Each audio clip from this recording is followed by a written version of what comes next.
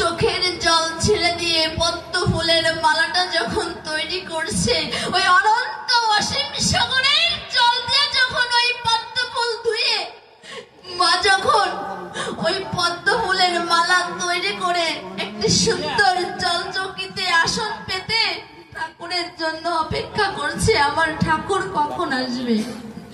এদিকে আমার পুণ্য ব্রহ্ম শ্রী শ্রী হরিচাঁদ ঠাকুর তার পারিষদদের নিয়ে জয় হরিবল গৌর হরিবল বলতে বলতে যখন ওই মল্লকান্তি মৃত্যুঞ্জয় গোস্বামীর বাড়িতে উপস্থিত হয়েছে,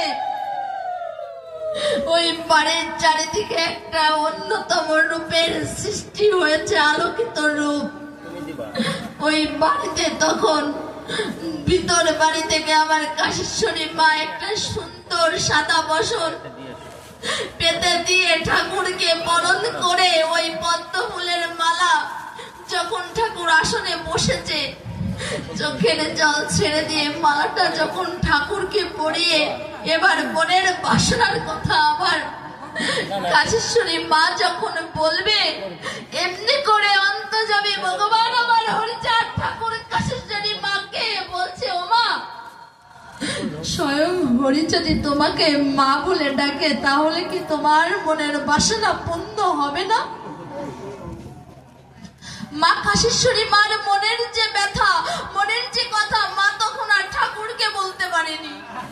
অর্থাৎ ঠাকুর যখন বলছে, ও মা, স্বয়ং হরি যদি তোমাকে মা বলে ডাকে তাহলে কি তোমার মনের ব্যথা দূর হবে না? আবারও ঠাকুর বলছে, ও মা, এই জগতে যদি তুমি মৃত্যুঞ্জয়ের মাধ্যমে মা হতে চাও তাহলে তো আমার তোমার মনোবাঞ্ছনা পূর্ণ হয়, কিন্তু আমার যে মনের ব্যথা, আমি এই জগতে তোমার সন্তান হয়ে থাকতে চাই।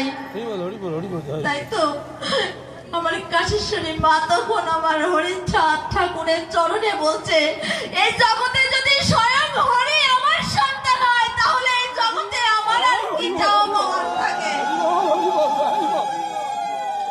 আমি বিশ্বাস করি এই জগতে স্বয়ং হরি যেমন কাশীশ্বরী মায়ের সন্তান, আমরাও বিশ্বাস করি এই জগতে এই মোক্ষেদপুরের সন্তানের হাত থেকে শুরু হয়েছে আমার অগণিত সন্তানের আনাগোনা। তোমরাই আমার বড় সন্তান, তোমরাই আমার সব। তোমাদের থেকে শুরু হয়েছে আমার আগামী দিনের পথ চলা। এই মোক্ষেদপুর থানা হরিবসর থেকে শুরু হয়েছে আমার জীবন চলার পথ। তাই এমনি করে যখন আসি, সকল হরিভক্ত এবং সকল সন্তানেরা যখন মা বলে ডাক দেয়, এবং আমি জানি আমি যখন যে ডাকে, যখন যে কাজে আমার সন্তানদের আমি ডেকেছি তাদের আমি সর্বদা পাশে পেয়েছি। তো সকল হরিভক্ত, আমি জানো এই জগতের কাশীশ্বরী মায়ের মতো এই ছেনভরা আঁচল দিয়ে যেন এই জগতের সন্তানদের যেন আগলে রাখতে পারি। আবার এই জগতে চিন্তামণি মা, মা সাধনা মা, আপনারা জানেন মা সাধনা মা জীবনে এই জগতে সব থেকে বঞ্চিত একজন নারী, না পেয়েছে পিতার কাছ থেকে বেশি ভালোবাসা, দরিদ্র পরিবার থেকে। আবার যেখানে এসেছে স্বামীর স্নেহ ভালোবাসা পাওয়ার আগেই তাকে ফাঁকি দিয়ে চলে গিয়েছে, কিন্তু এই জগতে আমার পুণ্য ব্রহ্ম হরিচাঁদ ঠাকুর এই মা সাধনাকে এই জগতে মা করে রেখে গিয়েছে। আমি যেন সর্বদা এভাবে আমার সন্তানদের পাশে থাকতে পারি। আজ দবিলাতে আমরা সকলে উপস্থিত হয়েছি, জানেন এই টোবাতরি তুলে দিতে যেমন ঠাকুর এসেছে তেমনি করে এই মতুয়ারা আজ দবিলাকে তুলে দিয়েছেন। আপনারা জানেন এই থানা হরিবাসরটা এই সময়টা প্রচুর বৃষ্টি হয় বলে কেউ এই হরিবাসরটা নিতে চায় না, কিন্তু এই হরিবাসরে তখনকার সময় রঞ্জন দাস সে বলেছিল, তোরা হরিবাসরটা নে, তোদের হরিবাসরে কখনো বৃষ্টি হবে না। তো আজ সে হয়তো বা নেই, তার কথাটা এখনো মনে পড়ে। আমার বিশ্বাস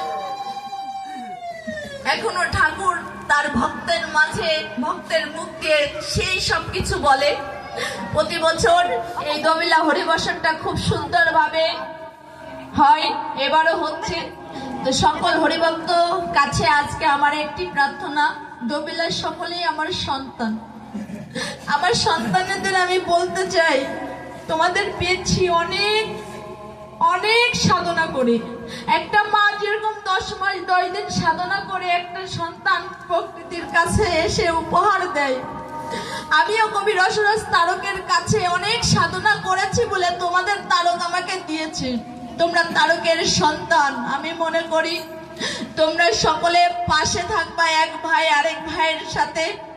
কখনো যেন এমন কোনো কাজ না করো তোমাদের কাজের জন্য যেন ওই কবি রসরাজ তারক ঘোষের জন্য দায়বদ্ধ না হতে হয় যে ওরা জয়পুরের সন্তান হয়ে এমন কোনো কাজ করলো কিনা। তোমরা সকল ভাই এবং বোনেরা সকলে মিলেমিশে থাকো এবং হরিভক্তরা আশীর্বাদ করবেন, তারা যেন সর্বদা একে অপরের পাশে থেকে যেন এভাবে একত্র হয়ে যেন সর্বদা এই পথের প্রতীক হতে পারে এবং সকলের মঙ্গল কামনা করে। এবং আগামী সবার কথা বলি, যেখান থেকে আমার পথ চলা হয়েছে আপনারা সকল হরিভক্ত জানেন যে আমি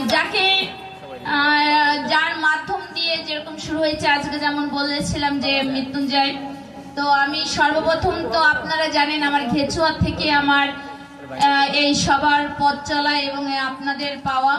তো আপনারা সকল হরিভক্ত আমার মাতৃসেনাদের এবং আমার পিতৃসেনাদের কিভাবে আমন্ত্রণ করতে হয় নিমন্ত্রণ করতে হয় জানি না, তবে ঘেচুয়া খোকনবালার বাড়িতে আপনারা সকলে কৃপা করে আপনাদের পদধূলি একটু রেখে আসবেন এবং আশীর্বাদ করবেন যেন প্রতি বছরের মতন আপনাদের নিয়ে যেন সেখানে একটু ভক্তদের জন্য কিছু করতে পারে এবং ভক্তদের নিয়ে যেন এভাবে এগিয়ে যেতে পারে এবং ভক্তদের নিয়ে যেন এভাবে হরিনাম করতে পারে। আগামী মাসের শেষ শুক্রবার ঘেচুয়া খোকনবালার বাড়িতে মাসিক থানা হরিবর্ষণ যাচ্ছে, সকল হরিভক্তদের নিমন্ত্রণ রইল। জয় হোক সকল মতুয়া ভক্তের, জয় জয়।